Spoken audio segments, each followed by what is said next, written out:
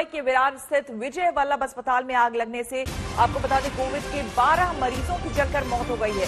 Fire department के मुताबिक अस्पताल के आईसीयू में 17 मरीजों का इलाज चल रहा था। खबरों के मुताबिक सुबह 3:15 बजे शॉर्ट सर्किट से यह आग लगी। 5:30 बजे तक आग पर काबू पा लिया गया। विजय वल्लभ अस्पताल एक निजी अस्पताल है जिसे कोविड अस्पताल में बदला गया था। तो आपको बता दें ये बेहद दुखद मामला सामने आया है। आपको बता दें कि रात के वक्त लगभग 3 बजे के आसपास, 3:15 के आसपास इस अस्पताल में बताया जा रहा है शॉर्ट सर्किट की वजह से आग लगी थी। हमारे संवाददाता साहिल जोशी हमारे साथ जुड़ गए हैं जानकारी के साथ। साहिल, जानना चाहेंगे पूरी खबर के बारे में एक बार फिर से डिटेल में। देखिए, मुंबई से करीब 60 से 65 किलोमीटर दूरी पर ये विरार का इलाका है और यहाँ पर विरार के पश्चिमी इलाके में ये विजय वल्लभ हॉस्पिटल था, जिसके आईसीयू के अंदर एयर कंडीशन के शॉर्ट सर्किट में रात को आग लग गई। करीब 3:15 बजे वहां पर फायर ब्रिगेड को कॉल किया गया। एक 5 से 10 मिनट में वहां पर फायर ब्रिगेड पहुंच गई, लेकिन उसके बाद जो फायर फाइटिंग वहां पर हुई, आग को फैलने नहीं दिया गया। लेकिन जो आईसीयू के वार्ड के अंदर जो 17 पेशेंट थे, कोविड के पेशेंट, उसमें से 12 लोगों की मौत हो गई है। ये फायर ब्रिगेड ने हमें कंफर्म किया है और उसमें से जो 5 जो बाकी लोग थे उनको वहां से शिफ्ट कर दिया गया है। हालांकि आग 5 बजे के करीब बुझा दी गई पूरी तरीके से, लेकिन वहां पर मातम का माहौल बना हुआ है जिस तरीके से अचानक रात को ये आग लगी। ये एक प्राइवेट हॉस्पिटल है और यहाँ पर इस तरीके की घटना, ये जाहिर सी बात है कि वहां पर काफी मातम का माहौल इसके वजह से बना हुआ है। बाकी इस पूरे मामले में जांच चल रही है कि हालांकि आग लगी कैसे, क्योंकि रात का वक्त था और एयर कंडीशन में जो शॉर्ट सर्किट लगी उसके बाद क्या वहां पर फायर एक्सटिंग्विशर्स नहीं थे या बाकी सारी चीजें नहीं थी, इस सब चीजों की जांच चल रही है जी। और ये भी बताया जा रहा है साहिल, जो बाकी पेशेंट्स थे उन्हें फौरन वहां से शिफ्ट किया गया। उन्हें किस अस्पताल ले जाया गया है? क्या उनमें से कोई ऐसे हैं जो झुलसे हैं या फिर उनकी हालत इस वक्त ठीक ना हो? देखिए, उनकी हालत जाहिर सी बात है कि थोड़ी दिक्कत में तो है, क्योंकि वो आग जब लगी थी तब वहां से उनको शिफ्ट किया गया। अब फिलहाल उनको नजदीक के अस्पताल में लेके जाया गया है। उस वार्ड से उनको दरअसल शिफ्ट किया गया है, क्योंकि आईसीयू वार्ड के भीतर ही आग को कंफाइन कर दिया गया था। बाकी अस्पताल को, यानी कि अस्पताल के दूसरे हिस्से में ठीक है सब कुछ, सिर्फ आईसीयू वार्ड ही प्रभावित हुआ था। आईसीयू वार्ड प्रभावित हुआ था। जो इनिशियल जानकारी है उसके मुताबिक आईसीयू वार्ड ही इसमें प्रभावित हुआ था और यहाँ पर कोविड के पेशेंट्स रखे गए थे। और जो अस्पताल का बाकी का हिस्सा है, क्या उस हिस्से में बाकी पेशेंट्स को शिफ्ट किया गया? देखिए, बाकी जो फिलहाल तस्वीरें हमको दिख रही है उसके मुताबिक बाकी का जो अस्पताल का हिस्सा है वो ठीक है। सिर्फ आईसीयू के इसके अंदर ही आग कंफाइन हो गई थी, जिसके वजह से बाहर और ज्यादा ये आग नहीं फैल पाई। इसके लिए बाकी का हिस्सा तो ठीक है, लेकिन जिस तरीके से ये आग लगी है इसको लेकर अब जांच चल रही है। साहिल, अस्पताल प्रशासन की तरफ से किसी तरह की आधिकारिक कोई बात कही गई है कि लगभग कितने लोगों की इसमें मौत हुई है और असल में जिम्मेदार कौन है इसके लिए? क्या एडमिनिस्ट्रेशन की तरफ से, हॉस्पिटल एडमिनिस्ट्रेशन की तरफ से किसी ने कुछ कहा, कोई बयान दिया? अभी तक हॉस्पिटल से कोई अधिकृत बयान इस पर नहीं आया है, इसलिए हमने फायर ब्रिगेड से बात की और फायर ब्रिगेड के ने हमें जो जानकारी दी है वो हम दर्शकों के सामने रख रहे हैं। हमने हॉस्पिटल को भी कांटेक्ट किया है, लेकिन फिलहाल वहां पर कोई जवाब नहीं दे रहा है। लेकिन उम्मीद है कि वो आज इसके बारे में अपनी सफाई पेश करेंगे। और जिम्मेदार जो चीजें फिलहाल लग रही है, जो फायर ब्रिगेड का कहना था कि जिस तरीके से इसका जो एसी प्लांट है उसके अंदर शॉर्ट सर्किट हुआ था। अब क्या रखरखाव ठीक नहीं था या कुछ लोड बढ़ गया था या कुछ ध्यान नहीं दिया, क्योंकि आमतौर पर हेवी मशीन आईसीयू के वार्ड में चलती है और जिसके वजह से जो मेंटेनेंस है उसको ठीक से रखना पड़ता है। क्या उधर उसकी अनदेखी हुई है? ये सारी मामलों की जांच उसके बाद की जाएगी। बिल्कुल। और साहिल, जो तस्वीरें आ रही है वो बेहद दुखद है, क्योंकि एक तो जो भी तीमारदार आ रहे हैं, जो अटेंडेंट्स आ रहे हैं, जिनके अपने थे, जिन्होंने खो दिया उसको, उनका रो रो कर बुरा हाल है, क्योंकि एक तो कोविड के पेशेंट्स, ऊपर से वो आईसीयू में थे और उनकी मौत हो जाना इस तरीके से शॉर्ट सर्किट से, विश्वास नहीं कर पा रहे लोग। जी बिल्कुल, ये काफी दुखद घटना है और खास करके जैसे मैंने आपको कहा कि मुंबई से करीब 60 से 70 किलोमीटर दूरी पर ये विरार का इलाका है और ये पूरे इलाके में दरअसल कोविड को लेकर काफी हाहाकार मचा हुआ है। वहां पर ऑक्सीजन की कमी है और बाकी सारी चीजों की भी कमी है, और ऐसे में इस तरीके की घटना होना और इस तरीके से सुबह सुबह मतलब लोग रिएक्ट करें उससे पहले ही ये आग उस आईसीयू वार्ड के अंदर फैल गई, और जिसकी वजह से काफी दिक्कतें भी हो गई। लोगों की मतलब लोग जिस तरीके से मातम के माहौल में वहां पर होंगे और डर का माहौल उसके अलावा वो भी काफी दुखद और भयानक बात है। हमने देखा कि एक ही दिन पहले नासिक में एक म्युनिसिपल अस्पताल में ऑक्सीजन लीक हो गया और उसके वजह से 22 लोगों की मौत वहां पर हो गई ऑक्सीजन प्रेशर कम होने की वजह से। अब ये एक आईसीयू के वार्ड में आग लग गई और जिसकी वजह से वहां पर यह घटना हो गई। जाहिर सी बात है कि एक मातम का माहौल है, दुख का माहौल है, और शॉकिंग चीज है कि आप अस्पताल में भी इस तरीके से सुरक्षित नहीं है। एक तरफ आप कोविड से जूझ रहे हैं और दूसरी तरफ आग से आप झुलस जाते हैं। ये काफी धक्का देने वाली बात है। बिल्कुल, और ये तस्वीरें अपने आप में विचलित करने वाली है। परिजनों की पीड़ा समझ सकते होंगे लोग कि ये तस्वीरें अपने आप में बहुत परेशान करने वाली है कि किस तरह से अस्पताल में जब आप एडमिट करते हैं, आईसीयू में आपका पेशेंट हो, ऐसे ही क्या स्थिति रहती है, मन स्थिति क्या रहती है, ये समझा जा सकता है। और ऊपर से ये खबर आए कि वो भी नहीं रहा, और इस तरह की घटना के बाद जैसे कि शॉर्ट सर्किट की बात बताई जा रही है कि शॉर्ट सर्किट की वजह से आग लग गई और इस वजह से जान चली गई, तो ये विश्वास कर पाना बड़ा मुश्किल है। देखिए, रो रो कर परिजनों का बुरा हाल है, विलाप कर रहे हैं यहाँ पर परिजन। जैसे ही सूचना मिली आधी रात के वक्त ये घटना घटी, और ये देखिए दूसरी तस्वीरें आपको हम नासिक की दिखा रहे हैं। 3 दिन पहले की घटना है। देखिए 24 लोगों की यहाँ पर मौत हो गई थी ऑक्सीजन लीकेज की वजह से। यहाँ भी लोग अस्पताल में इलाज करा रहे थे, कोविड अस्पताल में इलाज करा रहे थे, तभी ऑक्सीजन की इस वक्त क्या स्थिति आप अंदाजा लगा सकते हैं। लोगों को ऑक्सीजन नहीं मिल रहा है, और यहाँ पर ऑक्सीजन लीक होने की वजह से बताया गया कि लोगों तक ऑक्सीजन, पेशेंट्स तक ऑक्सीजन नहीं पहुंच पाया, जिस वजह से उन्होंने दम तोड़ दिया। 24 लोगों की जान चली गई। और उसके बाद हमने देखा कि किस तरह से दोषारोपण भी हुआ।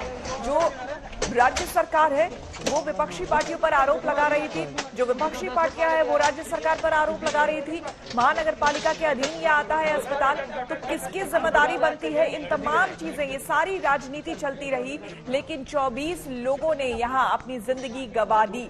उनके परिजनों का क्या हाल रहा होगा वो भी आपको हमने तस्वीरें दिखाई थी, और कुछ इसी तरह की तस्वीर आज सामने आई है। जो यहाँ पर एक अस्पताल में, विरार में, मुंबई के पास यह एक अस्पताल है, प्राइवेट अस्पताल विरार, जहां 3:15 बजे के आसपास बताया जा रहा है कि आईसीयू में शॉर्ट सर्किट की वजह से आग लग गई, जिसकी वजह से 12 लोग जो पेशेंट्स वहां पे एडमिट थे उनकी मौत हो गई। साहिल, ये 2 तस्वीरें हमारे सामने, और इस बीच जो जमकर राजनीति हुई है वो अपनी जगह, लेकिन अगर कोई मर रहा है तो वो आम जनता, अगर किसी को तकलीफ है तो उस आम जनता को हो रही है। इस बीच राजनीति अपने चरम पर।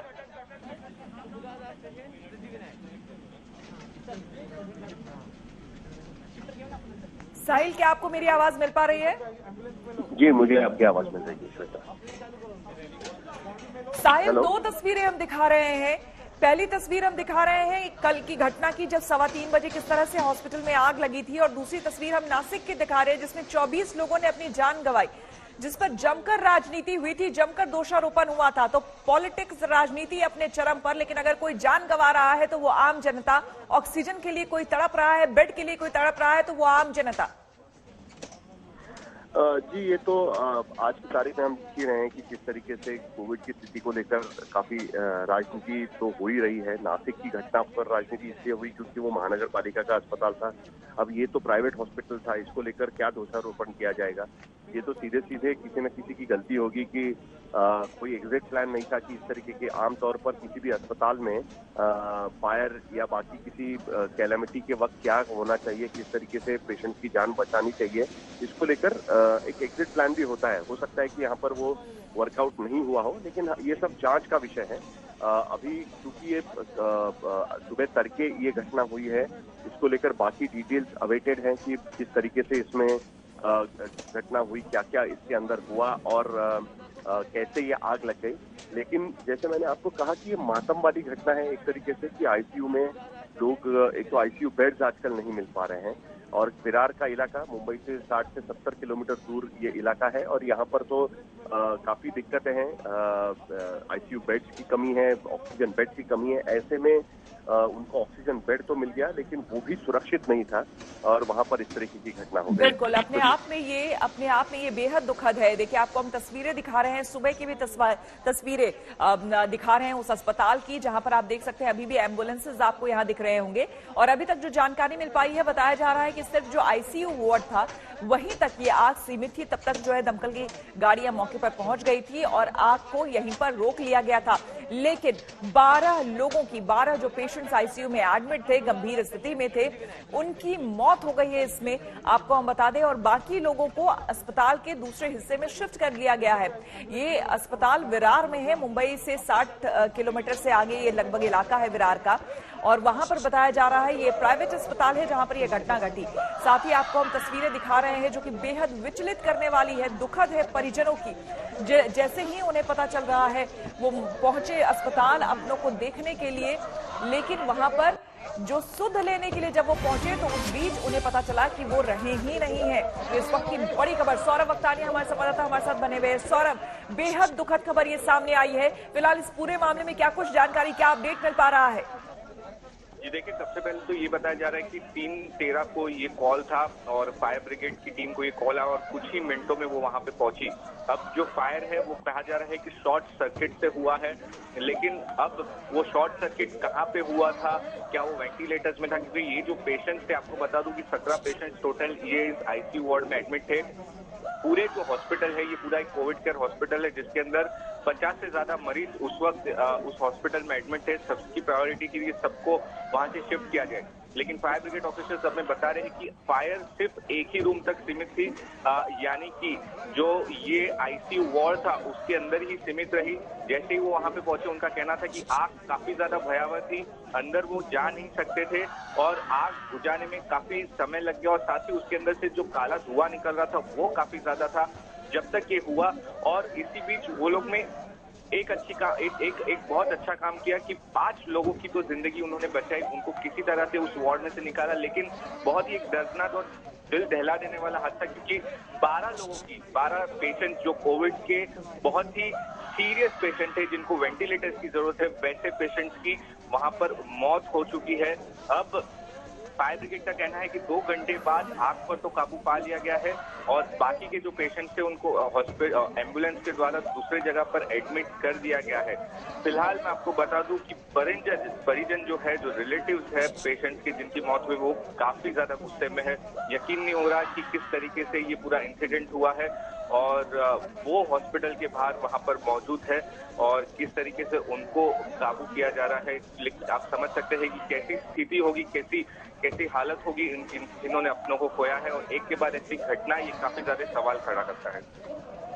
बिल्कुल, और इस बीच वाकई बेहद मार्मिक तस्वीर परिजनों की, जिन्होंने एडमिट किया था अपने पेशेंट को और उनको ये लगा था कि शायद अब वो ठीक हो जाएंगे, क्योंकि यहाँ पर बेड नहीं मिल रहे हैं इस वक्त, ऑक्सीजन नहीं मिल पा रहा है पेशेंट्स को। और ऐसे में एक ऑक्सीजन के साथ बेड मिल गया था, आईसीयू में एडमिट थे पेशेंट्स जिनके, उनको ये लगा था शायद अब उनके ठीक होकर के अपने घर वापस आएंगे। लेकिन उन्हें क्या पता था कि आधी रात को ऐसी काली रात ये बनकर आएगी जब उन्हें ये सूचना मिलेगी कि उनके अपने इस तरह से किसी तरह के शॉर्ट सर्किट में जलने से उनकी मौत हो गई। रो रो कर परिजनों का बुरा हाल है, इनका दर्द, इनकी तकलीफ को समझना बेहद मुश्किल है।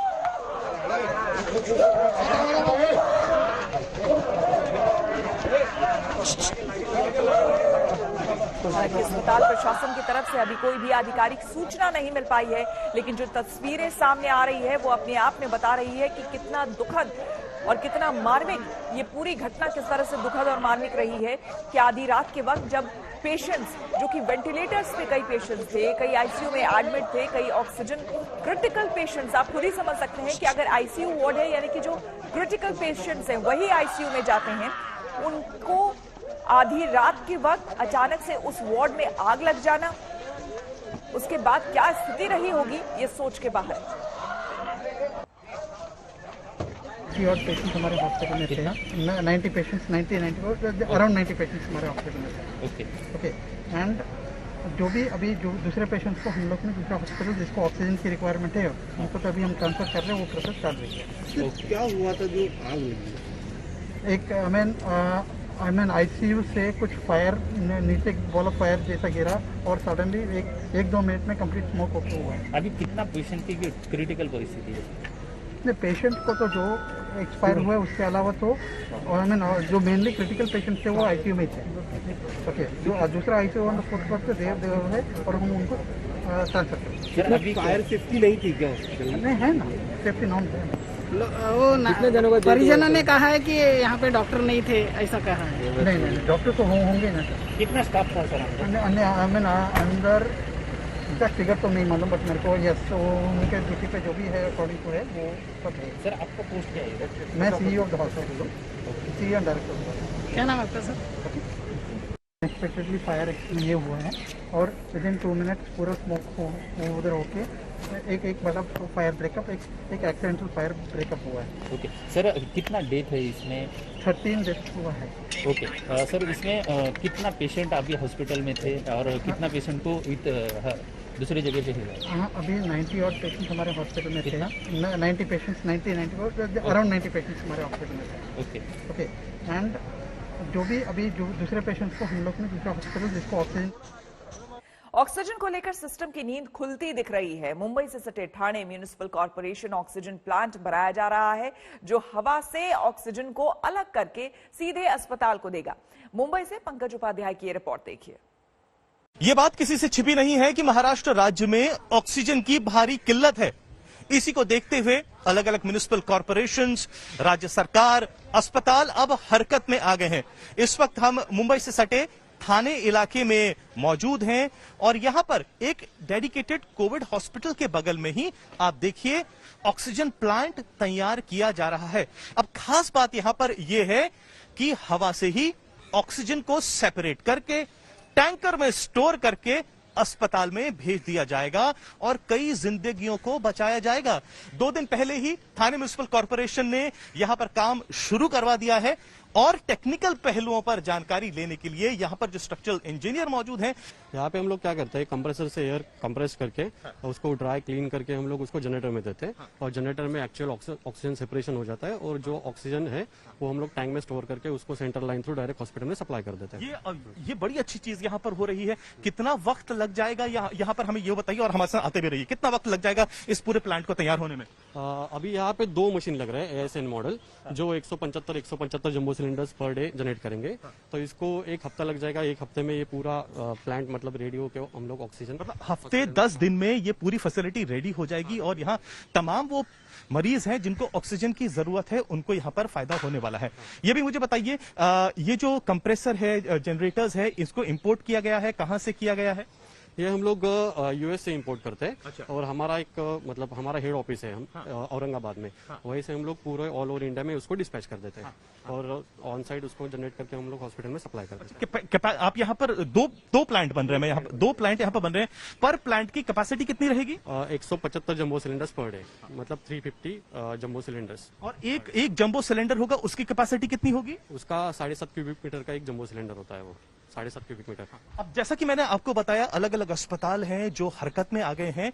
ये एक डेडिकेटेड कोविड हॉस्पिटल है, इसके जस्ट बगल में ये एक ऑक्सीजन प्लांट तैयार हो रहा है, लेकिन as a emergency backup as well liquid oxygen का भी एक बड़ा टैंकर इस सेंटर के बगल में ही मौजूद है। देश में आम आदमी वोट क्यों देता है, सरकार क्यों चुनता है? इसलिए क्योंकि वो एक ऐसी सरकार चुने जो उसकी फिक्र करे, मुसीबत में उसका साथ दे। लेकिन सिस्टम ने कोरोना महामारी में जनता को अकेला छोड़ दिया है। दिल्ली के अस्पताल हो या फिर रिफिलिंग सेंटर, हर जगह जान बचाने के लिए जनता ही दौड़ रही है।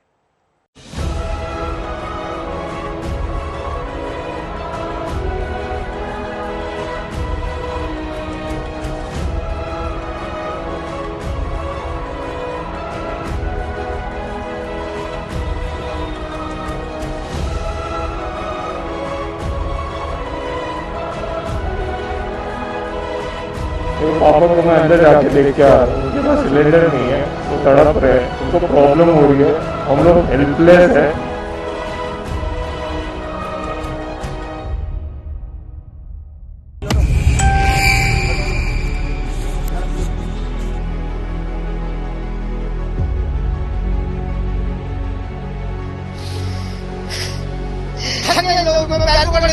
लेकिन एडमिट तो कर रही है। बेड नहीं है, नीचे ले जाके इलाज करा लूंगा। क्या है?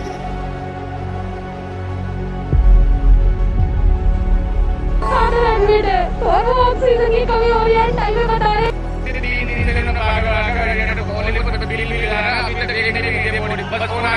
खत्म हो गया जी। हम लोग 7 दिन से पूरा दौड़ रहे हैं हर चीज के लिए, दवाई से लेके सिलेंडर तक हम लोग अरेंज कर रहे हैं। हॉस्पिटल हेल्पलेस है, आई डोंट नो गवर्नमेंट क्या कर रही है।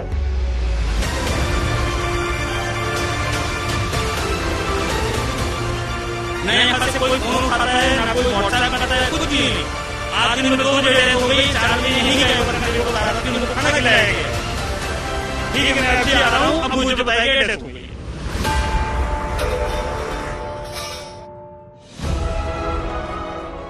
लोग परेशान हैं, उससे ज्यादा लाचार है। बेबसी का स्तर ऐसा है कि इलाज के लिए आम आदमी कुछ भी करने को तैयार है। क्या आप भर्ती करा सकते हैं?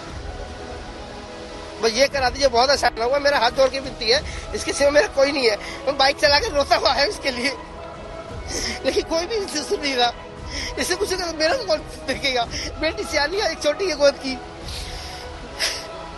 थक गया इन लोगों को, मैं पैर पकड़ने को तैयार हूँ, लेकिन एडमिट तो करे ही है। बेड नहीं है, वो नीचे लेटा के इलाज करा लूंगा। थक गया मैं। जब सिस्टम से आम आदमी हार जाता है तो रो देता है, लेकिन क्या आम आदमी के इन जज्बातों का कोई मोल है? सवाल उठता है कि सत्ता के शीर्ष पर बैठे लोगों को क्या एहसास भी है कि जनता कितने दर्द में है?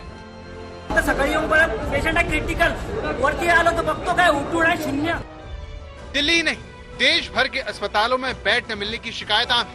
ऑक्सीजन की किल्लत, इसीलिए लोग अपना इंतजाम करके चल रहे हैं। बीमारी की हालत में अस्पतालों के बाहर बैठे हैं, न जाने कब नंबर आ जाए। लेकिन जनता का सब्र अब टूटता दिख रहा है और अब वो उसी धरने की बात करने लगी है जो सियासत का पसंदीदा हथियार है।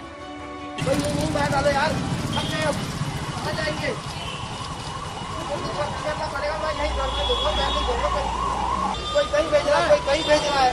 थक गए हम, मरीज वाले यही मरेंगे यार। थक लिया। 3 दिन से धक्के खा रहा हूँ मैं, रात के 12 बजे धक्के खा रहा हूँ मैं। यहाँ पे कोविड नहीं ले रहे, एक्सरे के लिए भेज दिया। इसकी कोविड के टेस्ट के लिए 2 दिन बाद टेस्ट की रिपोर्ट आएगी, तब तक ये मर जाएगी। इसके भरोसे जाए हम।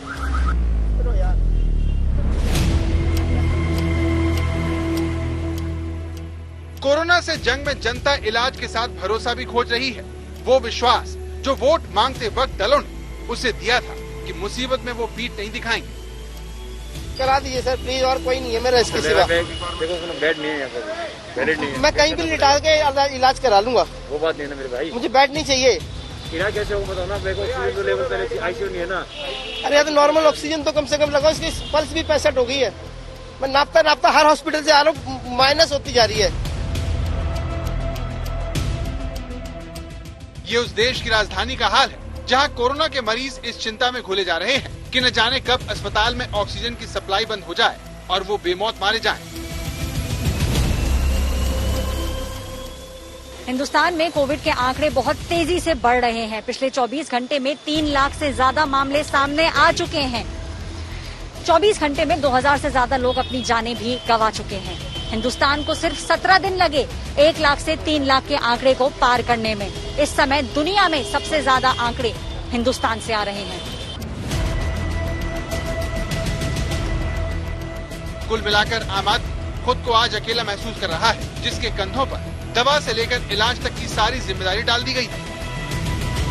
अभी प्राइवेट हॉस्पिटल में लेकर गए हैं, जितने भी प्राइवेट हॉस्पिटल थे सबने मना कर दिया कि हमारे पास ऑक्सीजन की कमी है, ऑक्सीजन नहीं दे सकते, आप इनको किसी बड़े हॉस्पिटल में ले जाइए। उन्होंने उनका पल्स रेट गिरता है हर दिन।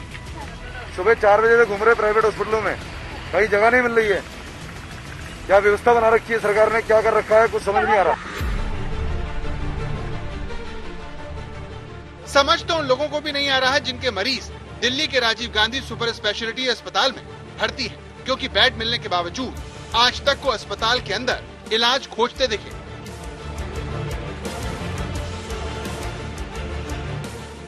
मास्क लगा के रखिए, क्या हुआ?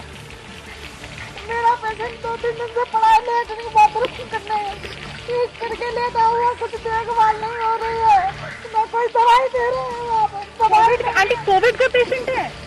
हाँ जी, कोरोना का पेशेंट है बुखार है? हाँ जी, और इनके पास दवाई नहीं है तो हमें डॉक्टरों का नाम भी नहीं मिल रहा है। आंटी मास्क लगा के रखिए, मास्क लगा के रखिए। एक मिनट। अब खबर आपको बता दें, मुंबई के विरार स्थित विजय वल्लभ अस्पताल में आग लगने से कोविड के 13 मरीजों की जलकर मौत हो गई है। फायर डिपार्टमेंट के मुताबिक अस्पताल के आईसीयू में 17 मरीजों का इलाज चल रहा था। खबरों के मुताबिक सुबह 3:15 बजे शॉर्ट सर्किट से आग लगी। 5:30 बजे तक आग पर काबू पा लिया गया। विजय वल्लभ अस्पताल एक निजी अस्पताल है, प्राइवेट अस्पताल है, जिसे कोविड अस्पताल में बदल दिया गया है। आपको हम बता दें, ये बड़ी खबर सामने आ रही है और बेहद दुखद खबर सामने आ रही है। विरार जो कि मुंबई से लगभग 60 किलोमीटर के आसपास का दूर है और इस बीच उसमें बताया जा रहा है विजय वल्लभ अस्पताल में, जो कि एक प्राइवेट अस्पताल है, वहां पर 3:15 बजे के आसपास उसके आईसीयू वार्ड में अचानक से शॉर्ट सर्किट से आग लग गई, जिसके बाद 13 मरीजों की मौत हो गई है। बड़ी खबर सामने आ रही है, परिजनों का रो रो कर बुरा हाल है। वो यकीन करने को तैयार नहीं है कि उनके पेशेंट्स, जिनके बारे में अब वो सोच रहे थे कि आईसीयू में है, लेकिन अब वो स्वस्थ होकर वापस आएंगे, क्योंकि ऐसी स्थिति कोरोना काल में, जबकि एक बेड मिलना भी लोगों को मुश्किल हो रहा है, ऐसे में ऑक्सीजन के साथ बेड मिलना, आईसीयू में जिनके पेशेंट्स भर्ती थे उनका रो रो कर बुरा हाल है। ये 3 तस्वीरें आपको दिखा रहे हैं। पहली तस्वीर आपको हम दिखा रहे हैं जब एम्बुलेंसेज मौके पर पहुंची और अलग से फायर फाइटर की टीम लगातार कुछ ही घंटों में आग पर काबू हालांकि पा लिया था, लेकिन लगातार जिस तरह से खबरें आ रही है वो अपने आप में दिल दहलाने वाली है, विचलित करने वाली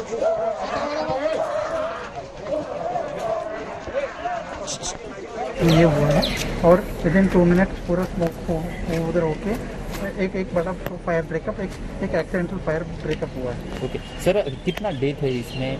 13 डेथ हुआ है। अभी 90 और पेशेंट्स हमारे हॉस्पिटल में थे। 90 पेशेंट्स, 90 अराउंड 90 पेशेंट्स हमारे हॉस्पिटल में थे। ओके एंड अभी जो दूसरे पेशेंट्स को हम लोग ने दूसरा हॉस्पिटल जिसको ऑक्सीजन की रिक्वायरमेंट है उनको तो अभी हम ट्रांसफर कर रहे हैं, वो प्रोसेस चालू है। तो क्या हुआ था जो आग लगी? एक आई मीन आईसीयू से कुछ फायर नीचे बॉल ऑफ फायर जैसा गिरा और सडनली एक 2 मिनट में कंप्लीट स्मोक हो गया। सौरभ वक्तानी हमारे संवाददाता हमारे साथ जुड़ गए हैं। सौरभ, अस्पताल के जो सीईओ हैं उनसे उनकी बात हमने सुनी, कह रहे थे एक्सीडेंटल फायर ब्रेकअप था, क्या जानकारी? और देखिए, जो इनिशियल जानकारी अभी हमें मिल रही है कि ये मुंबई से सटे विरार की घटना है। विरार वेस्ट में ये जो प्राइवेट हॉस्पिटल है, 50 से ज्यादा यहाँ पर कोविड पेशेंट मौजूद थे और ये घटना हुई है 3 बजे के करीब। फायर ब्रिगेड को कॉल गया है 3:13 को और 5 मिनट के भीतर ही फायर ब्रिगेड की टीम वहां पर पहुंच गई थी।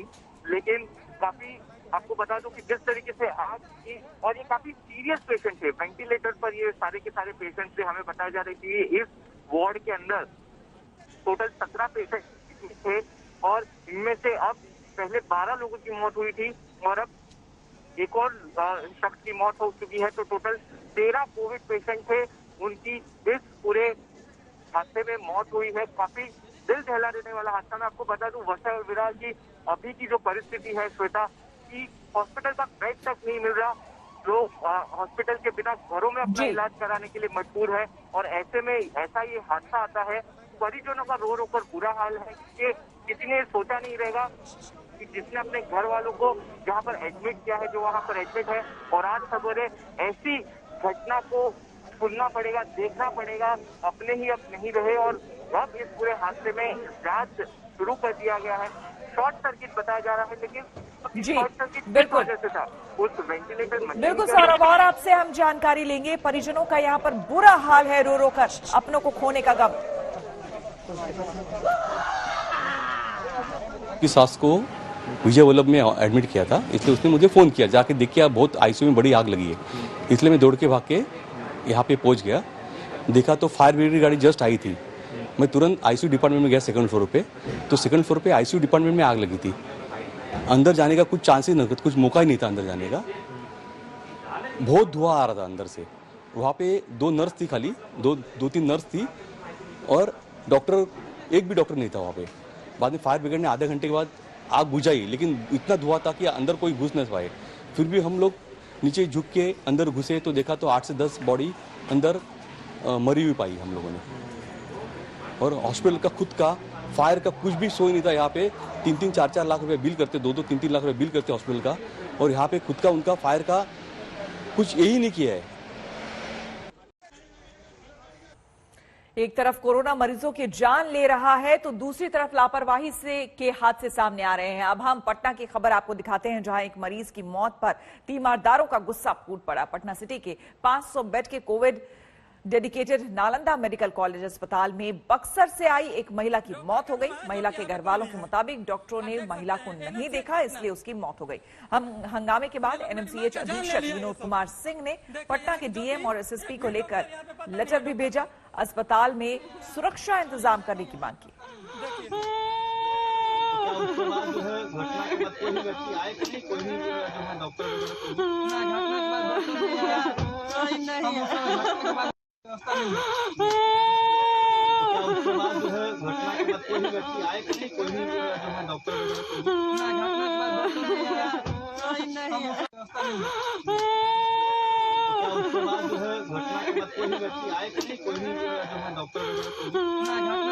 होते हैं वो दर्द सिर्फ वही जान सकता है जो परिजन है। उनका आरोप है कि डॉक्टर अटेंड ही नहीं करने आए, जिसकी वजह से उनके अपने की जान चली गई, जिसको लेकर परिजनों ने खूब हंगामा किया है।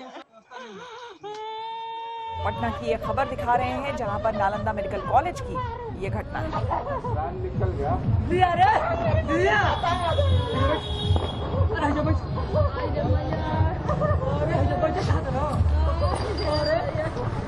परिजनों का यहाँ पर गुस्सा फूट पड़ा, रो रो कर बुरा हाल है। जाहिर सी बात है, जिनके अपने खो जाएं, जिनके अपने चले जाए, और वो भी इस तरह की लापरवाही से। देखिए ये सबसे हम मिले हैं, 1 बजे से दौड़ रहे हैं, अभी 7 बज रहा है, लेकिन कोई जाने को तैयार नहीं हुआ, कोई भी नहीं। और यहाँ पे और दिखा रहे हैं, देखिए ये भी डॉक्टर का रूम है, जो कि यहाँ पे कोई नहीं है। आप देख सकते हैं एनएमसीएच पटना, ये लोग मेरी माँ का जान ले लिया। ये सब देखिए यहाँ की, जो कि एक भी डॉक्टर यहाँ पे पता नहीं है डॉक्टर का। देखिए डॉक्टर हैं आप, देखिए ये भी डॉक्टर हैं, ये देखिए इधर देखिए, डॉक्टर नहीं है।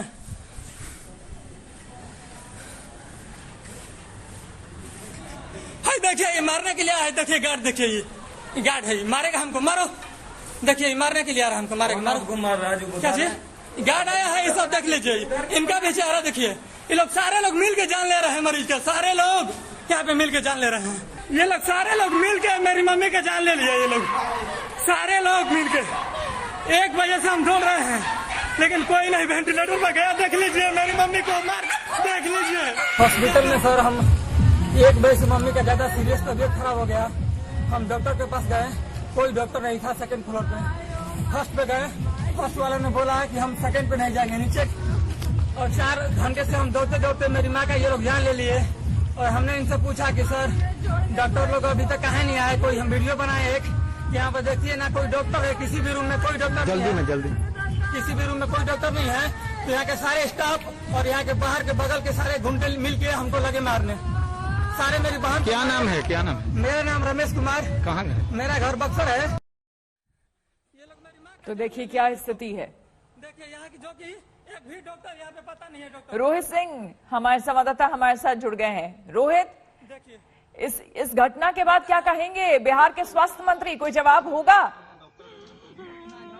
बिल्कुल श्वेता, देखिए इस तरीके की ये पहली घटना नहीं है। लगातार हम रोजाना देख रहे हैं इस तरीके की लापरवाही की तस्वीरें तमाम अस्पतालों से आ रही हैं। और कल की घटना वाकई बेहद गंभीर है, जहां पर लापरवाही के चलते एक महिला की मौत हो गई, जो कोविड का अपना इलाज करवा रही थी। और परिजनों का आरोप है कि दिन में 1 बजे ही महिला की तबीयत बिगड़नी शुरू हो गई थी। उसके बाद 4 घंटे तक वो पूरे अस्पताल में डॉक्टरों को खोज रहे थे, लेकिन 4 घंटे तक उन्हें कोई डॉक्टर नहीं मिला कि उनकी माँ को देख सके कि उनकी हालत आखिर बिगड़ रही है, उसको कैसे ठीक किया जा सके। और जब उनकी माँ की मौत हो गई, उसके बाद जाहिर सी बात से परिजनों का गुस्सा फूटा। अस्पताल में जमकर तोड़फोड़ की इन लोगों ने, और वायरल वीडियो भी बनाया और कुव्यवस्था जो है एनएमसीएच में, जो कि डेडिकेटेड कोविड अस्पताल है पटना का इकलौता, उसके बारे में जो है सोशल मीडिया पे इसको वायरल किया और बताने की कोशिश की कि किस तरीके के बुरे हालात हैं एनएमसीएच में। और इसके बाद आनंद फानंद में जो एनएमसीएच के सुपरिटेंडेंट है उन्हें डीएम को पत्र लिखा, एसपी को पत्र लिखा और फिर सुरक्षा की मांग की गई कि एनएमसीएच में सुरक्षा बढ़ाई जाए। और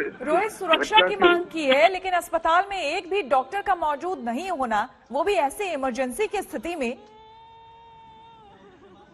बिल्कुल एकदम, ये तो बिल्कुल ही एकदम लापरवाही की कह सकते हैं पराकाष्ठा है। जब पराकाष्ठा को कि हम 500 बेड का वो डेडिकेटेड कोविड अस्पताल, मैं आपको बता रहा हूँ, राजधानी का इकलौता डेडिकेटेड अस्पताल है, सबको एनएमसीएच पे भरोसा है, वहाँ पे सब जाते हैं अपना इलाज कराने के लिए।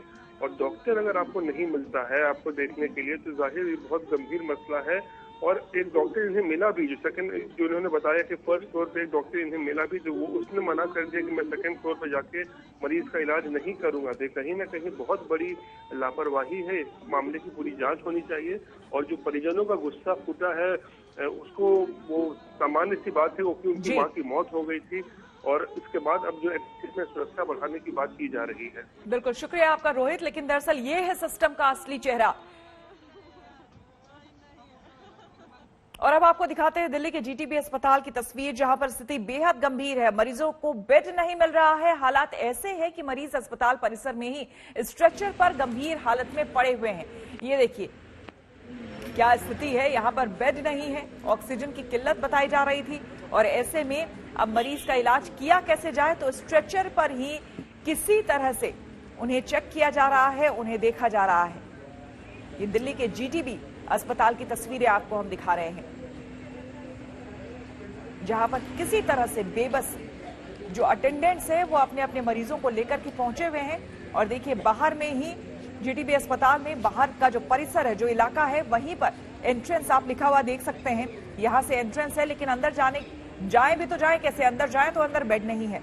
ऐसे में बाहर ही डॉक्टर्स को आना पड़ रहा है और स्ट्रेचर पर ही मरीजों का इलाज करना पड़ रहा है। तो ये स्थिति हो गई है दिल्ली की।